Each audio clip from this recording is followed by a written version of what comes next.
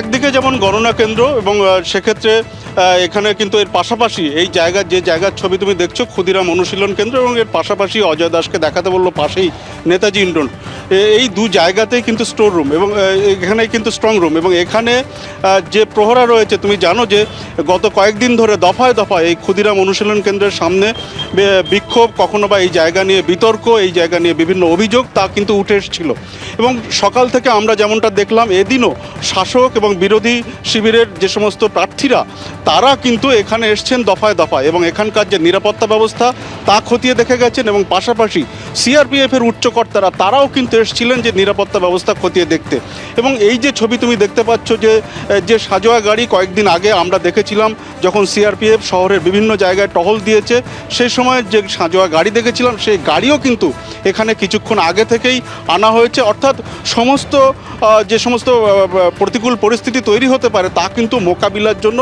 সমস্ত রকমের ব্যবস্থা কিন্তু রয়েছে।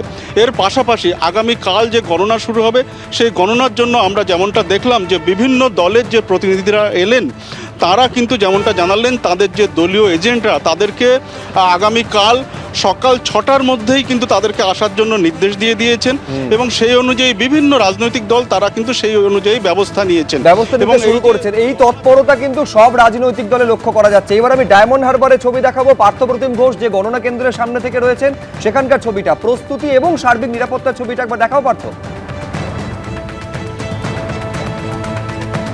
দেখো, ডায়মন্ড হারবারে ওমেন্স ইউনিভার্সিটিতে আমরা রয়েছি, সেখানে 7টি বিধানসভা কেন্দ্রের হচ্ছে এখানে কিন্তু স্ট্রং রুম ছিল এবং এখানে কাউন্টিং সেন্টার, কিন্তু 7টির মধ্যে 6টির কাউন্টিং কালকে হবে, কারণ ফলতা ইতিমধ্যে কাউন্টিং হবে না, তার একেবারে স্ট্রং রুম সিল অবস্থাতেই থাকবে। এইখানে যে জায়গার ছবিটা তোমায় বলবো যে একেবারে শেষ মুহূর্তে যে প্রস্তুতি, সেই প্রস্তুতির কাজ কিন্তু করছেন এখানকার উপস্থিত কর্মীরা।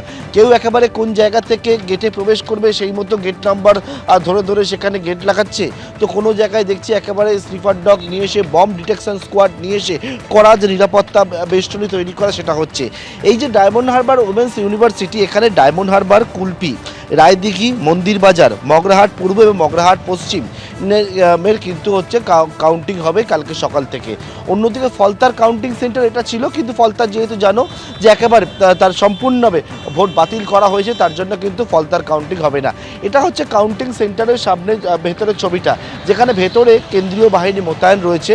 অন্যদিকে আমরা দেখলাম যে ডায়মন্ড হারবার জেলার যে বম্ব ডিটেকশন স্কোয়াড তারা এসে এখানে কিন্তু বিভিন্ন জায়গায় তারা হচ্ছে যে কোনো জায়গায় কোনো রকম সন্দেহজনক কিছু আছে কিনা স্লিপার ডগ নিয়ে এসে একেবারে তল্লাশি অভিযান সেটা করছে।